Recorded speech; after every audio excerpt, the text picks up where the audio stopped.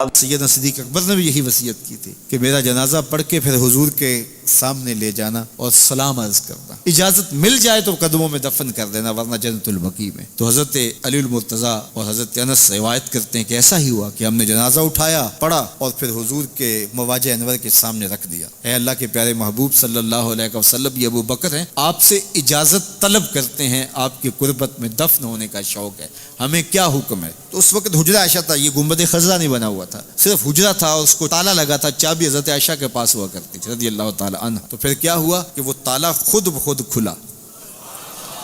پھر کنڈی بھی خود بخود کھلی،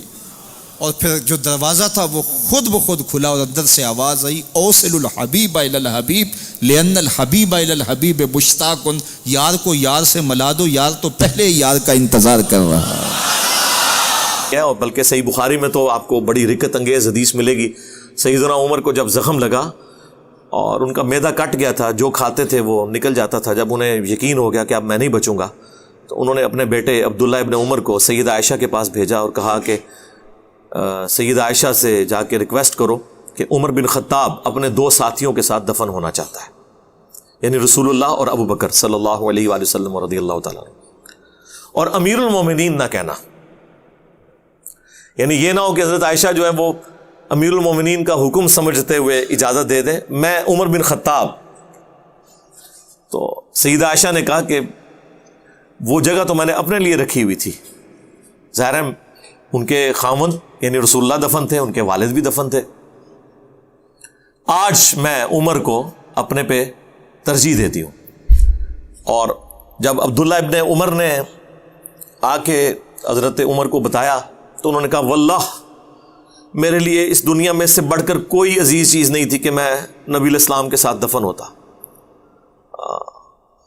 اور جب میں مر جاؤں تو پھر میری میت کو لے جانا، اگر حضرت عائشہ اجازت دیں تو دفنانا، ہو سکتا ہے میرے روب کی وجہ سے نہ انہوں نے بھی کہہ دیا ہو، اور اگر انہوں نے مجھے اجازت نہ دی تو تم پھر مجھے مسلمانوں کے قبرستان میں دفن کر دینا۔ خیر اجازت تو دے دی انہوں نے، حضرت عمر کی دعا قبول ہوئی، صحیح بخاری میں موجود ہے، حضرت عمر دعا کیا کرتے تھے اللہم ارزقنی شہادۃ فی سبیلک واجعل موتی فی بلد رسولک صلی اللہ علیہ وآلہ وسلم، اے اللہ مجھے اپنے راستے میں شہادت کی موت دینا اور اپنے رسول صلی اللہ علیہ وآلہ وسلم کے اس شہر مدینہ میں موت دینا۔ دونوں دعائیں قبول ہوئیں، شہادت کی موت، مسجد نبوی میں زخم لگا، مدینہ شریف میں دفن بھی ہوئے، اور صحیح مسلم میں حدیث ہے کہ اہل مدینہ کی نبی الاسلام نے کہا میں شفاعت کروں گا قیامت والے دن جو مدینے کے مصائب پہ صبر کرے گا، اور جامع ترمذی میں حدیث ہے تم میں سے جو مر سکتا ہے مدینے میں مرے، کیونکہ اہل مدینہ کی میں شفاعت کروں گا، بشرطے کہ وہ آپ کے فرقے کا ہوا۔ ہاں کیونکہ الیاس قادری صاحب جو پاپا جانی ہے نا، دعوت اسلامی کے امیر، ان کے جو پیر و مرشد ہیں ضیاء الدین مدنی، وہ بھی بقیع غرقد میں دفن ہے، اور جو تبلیغی جماعت کے فضائل اعمال لکھنے والے شیخ زکریا کاندلوی ہیں وہ بھی بقیع غرقد میں دفن ہے۔ بریلویوں سے پوچھ لیں کہ وہ بقیع میں جو دفن ہوا ہے شیخ زکریا کاندلوی، ہاں خلیفہ اشری تھانوی کا، وہ وہاں پہ دفن ہوا ہے، تو وہ تو شفاعت رسول کا حقدار ہے، وہ کہنے کے گستاخ۔ اور دیوبندیوں سے پوچھ لیں کہ الیاس قادری صاحب کے جو پیر صاحب وہاں دفن ہے، وہ کہنے کے مشرک۔ تو یہ چھوڑ دیں، یہ میں نے آپ کو ساتھ ساتھ آپ کا دماغ کھولتا ہوں کہ یہ دفن ہونے سے کوئی فرق نہیں پڑتا جب تک کہ آپ کے عقائد اور اعمال۔ عبداللہ ابن ابی کی قبر بھی بقیع غرقد قبرستان میں موجود ہے۔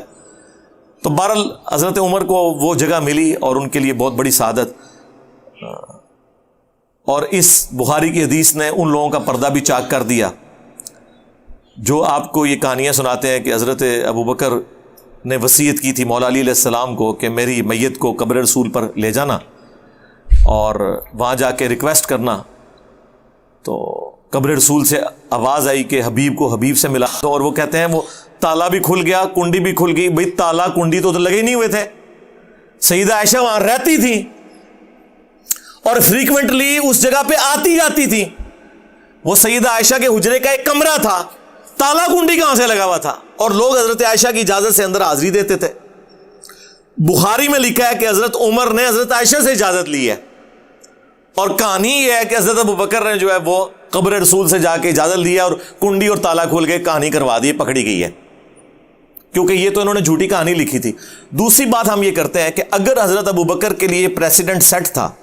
کہ ان کے لیے حجرہ شریف کھل گیا تھا, تو حضرت عمر کو تو یہی کہنا چاہیے تھا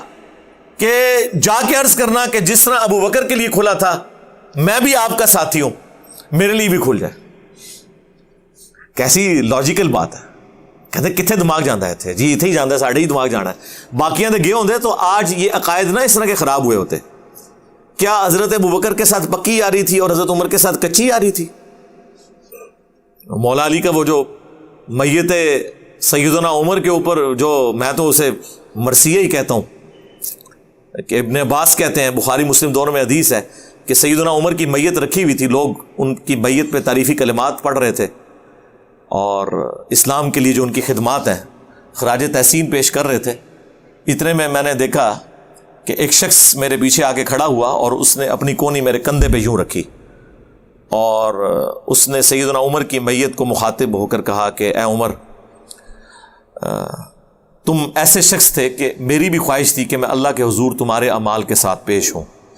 میں نے بارہا رسول اللہ سے سنا تھا, میں ابو بکر اور عمر داخل ہوئے, میں ابو بکر اور عمر نکلے, میں ابو بکر اور عمر فلاں جگہ گئے. اکثر نبی علیہ السلام تمہارا نام لیا کرتے تھے ابو بکر کے ساتھ, اور مجھے امید تھی کہ تم بھی اپنے دو ساتھیوں کو جا ملو گے. تو ابن عباس کہتے ہیں جب میں نے یوں مڑ کے دیکھا تو وہ سیدنا علی تھے جو حضرت عمر کی میت کے اوپر یہ کلمات پڑھ رہے تھے. تو نبی علیہ السلام کیا فرماتے تھے؟ میں ابو بکر عمر, میں ابو بکر عمر. تو یہ کیسے ہو گیا کہ حضرت عمر کو حضرت عائشہ سے اجازت لینی پڑی اور حضرت ابو بکر جو ہے وہ ان کے لیے کنڈی کھل گئی؟ بالکل جھوٹ ہے, یہ واقعات ہی بالکل غلط ہے, ان کی کوئی اصل نہیں ہے. صرف یہ انہوں نے ایک سمجھ لیں جذباتی ڈاکٹرن آپ کو دینے کے لیے اس طرح کے واقعات مشہور کر دی ہیں, اور جو احادیث کے اندر چیزیں آئی ہوئی ہیں وہ بڑی یعنی حفاظت سے جمع کی گئی. تو یاد رکھیے گا قبر رسول جو ہے وہ ہمارے لیے سب سے محبوب ترین جگہ ہے. قبر رسول کی حاضری صلی اللہ علیہ وآلہ وسلم اس پلانٹ ارتھ پہ سب سے بڑی نفلی عبادت اگر کوئی ہو سکتی ہے نا تو قبر رسول کی حاضری ہے. وہ اللہ کے شاعر اللہ میں سے, اللہ کی نشانیوں میں سے ایک نشانی ہے. ان الصفا والمروہ من شاعر اللہ ہے تو قبر رسول تو بہت بڑی شاعر اللہ ہے. اور سورہ حج میں اللہ نے فرمایا ہے کہ شاعر اللہ کی تعظیم جو ہے یہ دلوں کے تقوی سے ہے. تو رسول اللہ کی تعظیم تو ویسے ہی ہمارے ایمان کا حصہ ہے, قبر رسول کی تعظیم یہ ہمارے ایمان کا حصہ ہے. قبر رسول کی حاضری اس سے بڑی کوئی سعادت نہیں ہو سکتی, دعاؤں کی قبولیت کی جگہ ہے.